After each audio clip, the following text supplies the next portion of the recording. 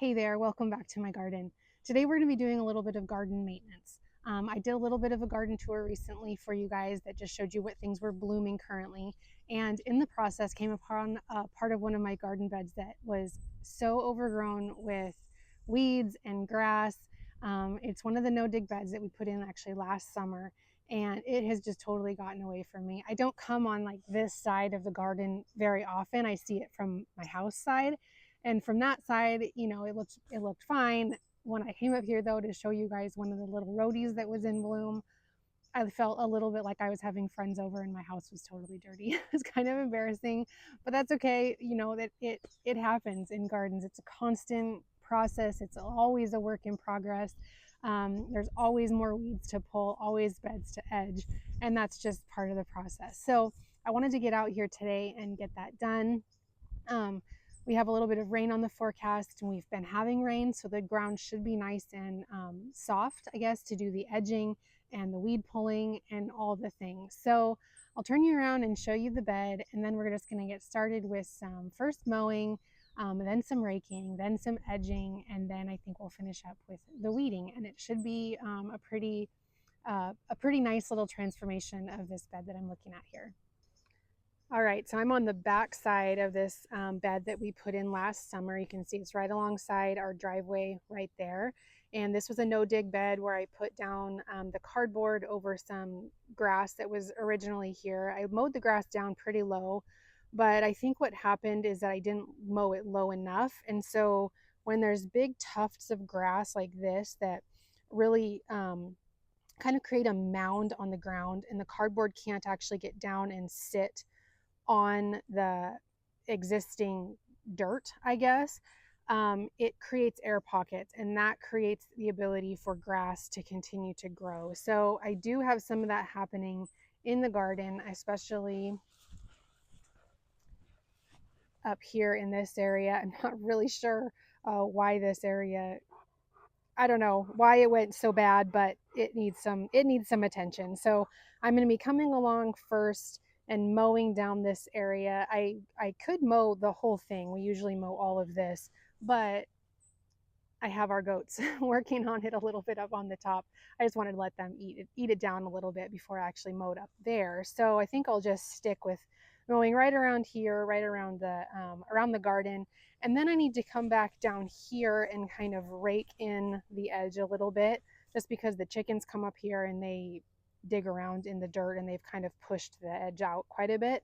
So I'm going to rake that back in, and then I'll come in with the edger, the half moon shovel that I have, and cut in the edge, and then I will come in and do some weeding.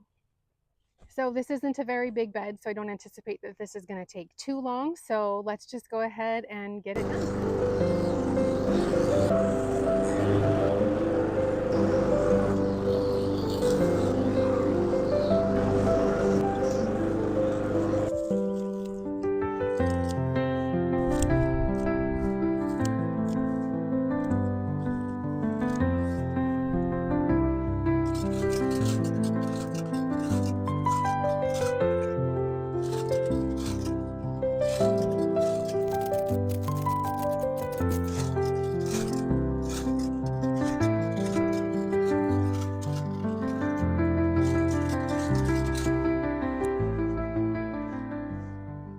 All right, it's just been really quick so far. Not much has happened. I did mow just a little bit, decided not to go too far up or too far out, just because the grass rather was still pretty wet. So I scraped some of this back in, but I think what it would be best is if I just started defining the edge, just edging it in, just seeing where it's at, and then kind of going from there. So I'll get started doing that, and then I'm excited to get weeding. I'll show you the tools I'm going to use really quick. This is just a Moon Pro Light edger. My husband did sharpen it a bit for me because it was pretty blunt, I felt like, on the end. So he sharpened it for me, and that really does help. I like having the edge here. I have a curved one that I like to also use, but ideally, the straight edge that this one has is better. So, and then I also have just a couple of my weeding tools. I love these both. This gets down really nice and far next to the roots, especially of dandelions, and that is super helpful. And then just a little container for my weeds, and then also my wheelbarrow for when I start doing the edging, because I am going to dig it out. Toby, really? He's thinking he's helping. Anyway, I'm going to dig out the edge and actually remove some of the sod and the soil. So let's just go ahead and dive in.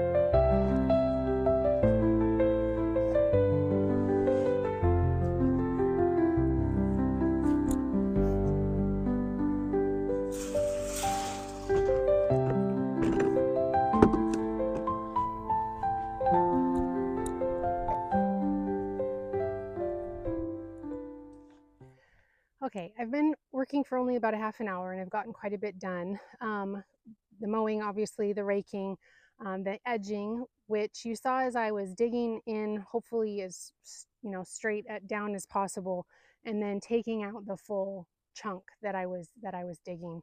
I want to leave a trench there basically so that as the grass approaches the garden, it has nowhere to go. Like there's a kind of a open aired barrier there. Of course, it can go down underneath the barrier, but I'm trying to make it a pretty good steep incline there, I guess, decline, whatever, so that it'll prevent it from doing that. So let me just show you really quick the edge that we have going so far.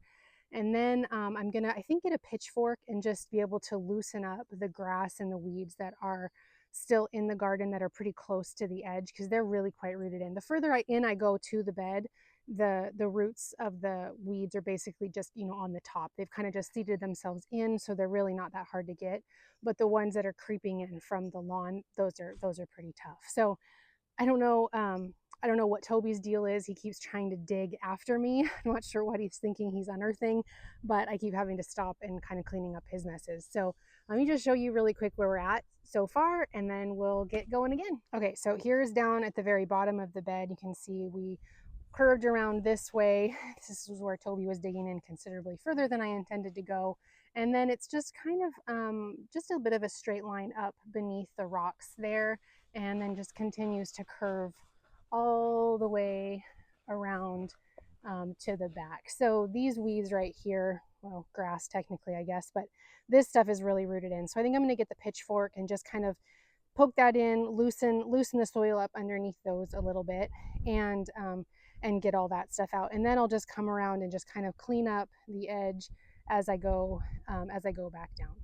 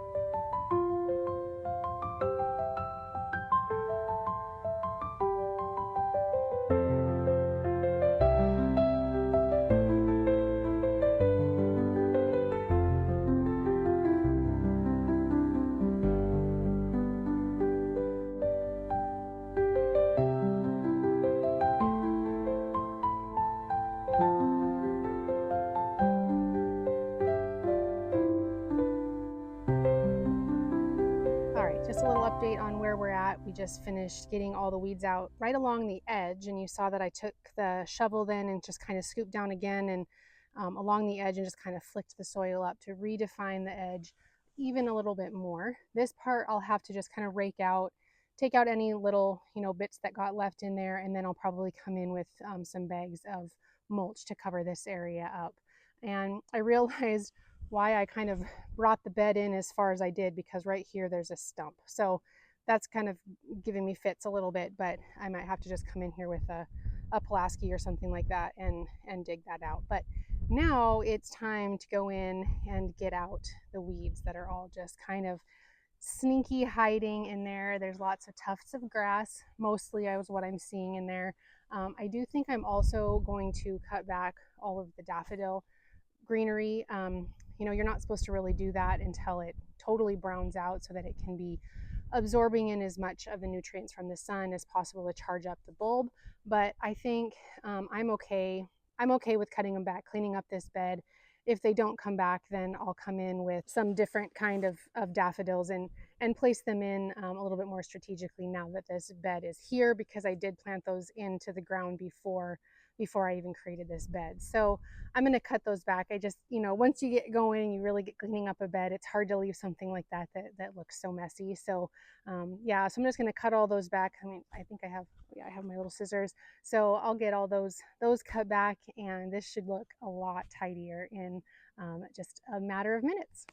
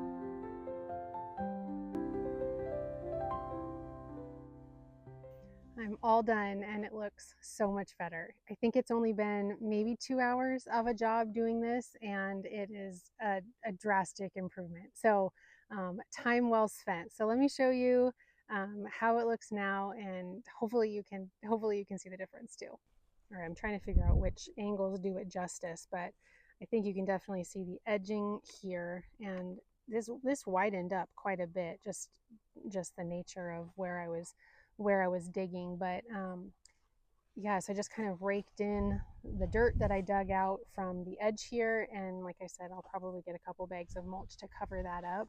You can see it's pretty nice and clean up along the rocks, and got lots of the weeds and the grass and all that stuff out of the bed, and it just curves around here. And I just have to show you too, look at this. This is the Fairy Trail Bride hydrangea by Proven Winners, and it blooms on old wood, so I just wasn't really too sure, you know, how it would do up here in this spot. And it has buds all over it, and now I can see it because I took out all the grass that was growing up through it and the daffodils that were growing up through it. You can see I cut those down kind of all over. We'll see what those do next year, but like I said, it's okay if they don't come back because they were just kind of growing up in amongst all the plants. And if I was to plant them back in, of course, I see one weed right there. If I was to plant them back in, I would plant them kind of in through the middle of the bed, not so much up here in the front, so that once it's just foliage, you know, that it blocks all the rest of the plants. I'd kind of plant them back here so that the foliage is more in the back of the bed. So anyway, that's okay if those don't come back, but it just looks so much better now that you can actually see all the individual plants, and they can get the light they need. These two little Nepeta aren't doing too hot. The one next to it's doing really well, and then the other two down the way, those are doing great. So I guess these maybe just either were shrouded by the daffodils and not getting enough light, or yeah, I'm not sure, but maybe now they'll perk up and do their thing a little better. So now we can a lot better see the rhododendron bloom there, which is so sweet, and it just looks so much cleaner, so much more intentional, so much more well cared for. I'll give you a view from down here, even though we didn't really look at it from this angle before we started, but yeah, I just think it definitely is an improvement. So that's going to do it for that project, and it feels really good to get that one done, especially after seeing how bad it was on the last little garden tour that we did. And hopefully it's motivating to you to get out and, you know, work in your gardens doing some maintenance, because it's just part of the game. It's part of gardening. It's not always the funnest, but, you know, if you pick the right time to do it, like right now, this time of year, towards the end of May, the ground is still nice and soft, hasn't totally dried out yet, so edging is so much easier. And it's just so satisfying. So, you know, if you have stuff like that to get done, I'd suggest doing it before the heat of the summer hits, and you can much more easily get the weeds out and the gardens edged. So anyway, I hope you guys enjoyed this video. I'm really glad to have it done, and we'll see you in the next video. Bye.